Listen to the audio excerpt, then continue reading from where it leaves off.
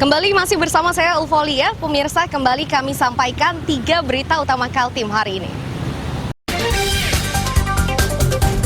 Seorang pemuda di Teluk Bayur dihabisi oleh ibu dan adik kandung. Keduanya kini jadi tersangka.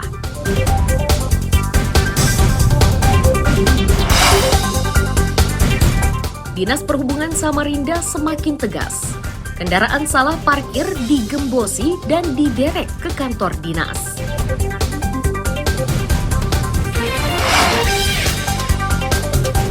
Mahyudin berharap mendapat dukungan dari Partai Gerindra guna memudahkan langkahnya menjadi calon gubernur Kaltim 2024.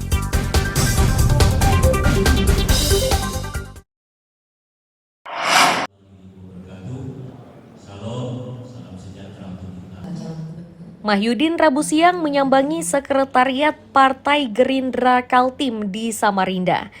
Kedatangannya bersama rombongan disambut oleh tim penjaringan. Kegiatan ini diwarnai suasana keakraban. Bahkan Ketua Tim Penjaringan Ekti Immanuel menyebut, Mahyudin sudah kegerindraan dengan tampilan pakaian putihnya.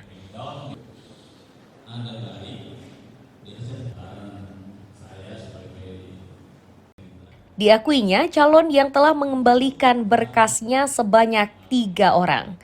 Akan halnya ide dan gagasan Kaltim Keren yang diusung Mahyudin, ia menilai itu gagasan menarik.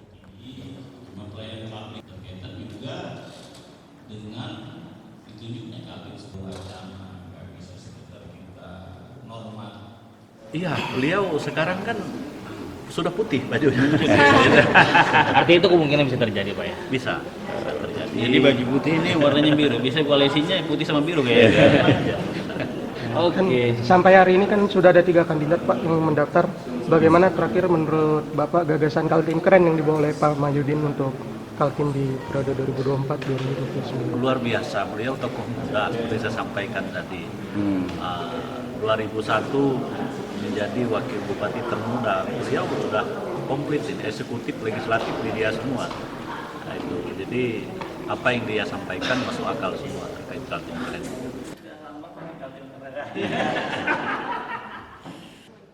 Sementara Mahyudin menyebut Gerindra merupakan partai incaran. Ini karena partai ini memiliki 10 kursi di DPRD Kaltim. Mahyudin berharap partai ini bersedia mengusungnya karena dari 3 pasangan calon dirinya termasuk yang belum diusung Gerindra.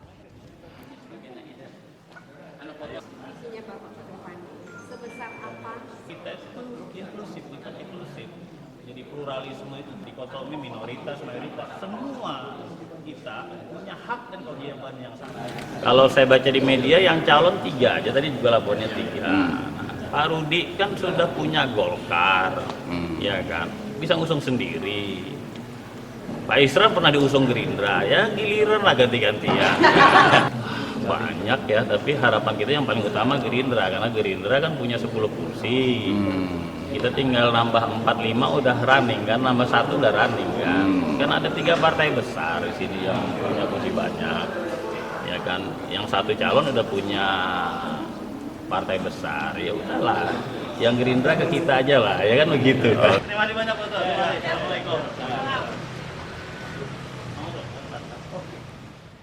Sebelum ke Gerindra Kaltim, Mahyudin telah mengambil dan menyerahkan formulir pendaftaran ke Partai PKB, PKS, PDIP, Nasdem, PAN, dan PSI.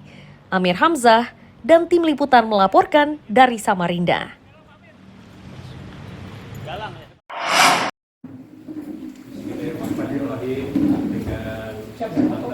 Rusmadi Wongso secara resmi menyerahkan formulir calon wali kota ke panitia penjaringan di Partai Persatuan Pembangunan Samarinda. Suasana keakraban nampak begitu erat saat proses penyerahan formulir berlangsung. Rusmadi sendiri datang ke sekretariat partai tersebut dengan diantar tim pemenangannya.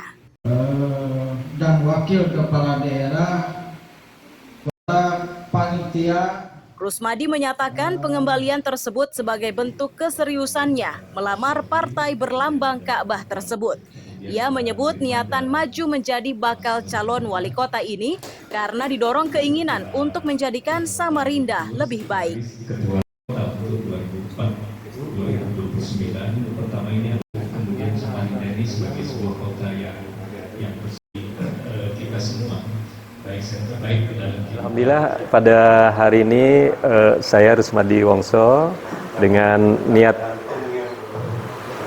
ini kota kita ya ya tentu sebagai warga kota yang baik bertanggung jawab untuk membangun Samarinda ke depan menjadi Samarinda yang maju ekonominya tapi beraspek ekonomi kerakyatan. Kemudian yang kedua dari sisi sosial budaya ini masyarakatnya semua berdaya saing, dan dari aspek lingkungan ya kita ingin Samarinda ini merupakan kota yang nyaman ya, yang hijau dan harmoni.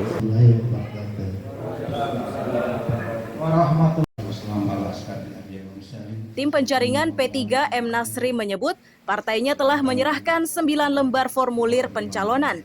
Dari jumlah tersebut, baru 7 yang sudah mengembalikan, dan salah satunya adalah Rusmadi Wongso.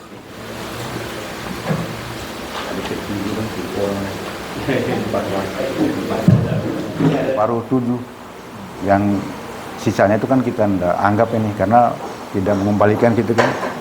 Nah, dari 7 tadi itu ada 4 wali kota, 3 bakal calon wakil wali kota. Yang 4 yang bakal calon wali kota siapa aja Pak? Yang pertama mengembalikan itu pertama Nidia Sulistyo dari Partai Golkar, kemudian yang kedua ada Sabto dari Partai Golkar juga. Yang ketiga Andi Harun, dan yang hari ini Bapak Dr. Rusmadi Wongso.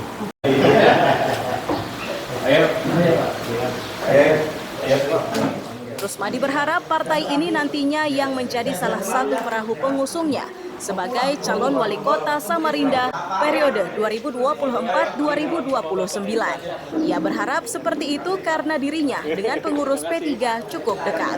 Amir Hamzah dan tim liputan melaporkan dari Samarinda.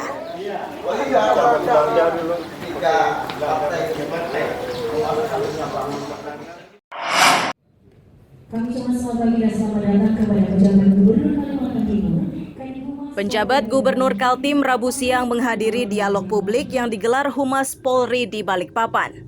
Kegiatan ini menarik perhatian berbagai pihak karena membahas tentang harmonisasi dan percepatan pembangunan IKN menyongsong Indonesia Emas 2045.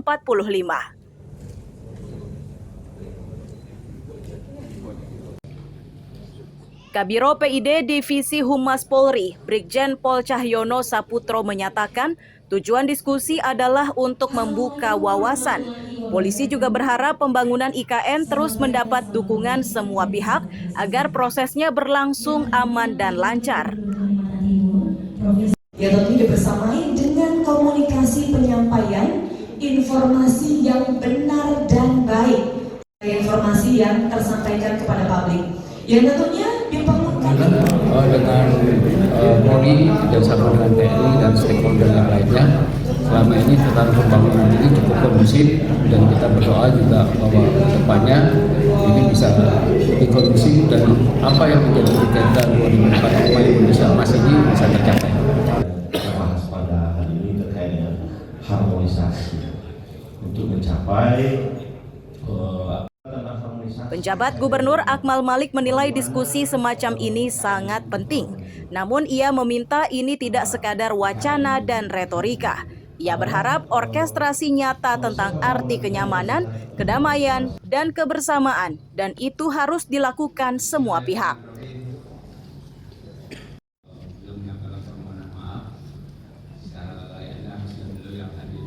Kita memang harus lebih banyak memberikan ruang diskusi kepada pemangku kepentingan yang ada di sekitar IKN. Tadi forum ini saya harap tidak hanya persoalan harmonisasi di sisi retorika saja, tetapi juga akan membangun sebuah orkestrasi harmonisasi nanti akan dilakukan oleh para pemangku kepentingan. Sangat bagus ya, sangat bagus forumnya, dan mudah-mudahan sekali lagi forum ini akan bisa memberikan pandangan kepada semua pihak bahwasanya saat ini IKN itu baru mulai start ya, dan kita berharap semua pihak bisa memahami kondisinya saat ini sedang proses awal ya. Universitas Balikpapan, Fakultas Vokasi jurusan K3 atau Desa Keselamatan dan Kesehatan. Diskusi ini cukup menarik. Sejumlah gagasan dan masukan tentang keamanan disampaikan oleh peserta diskusi. Kondisi ini membuat suasana diskusi lebih hidup dan menarik. Amir Hamzah dan Riani Mantini melaporkan dari Balikpapan. Apa yang akan dijanjikan oleh pemerintah kepada kita sebagai mahasiswa yang sedang mengejar lapangan kerja?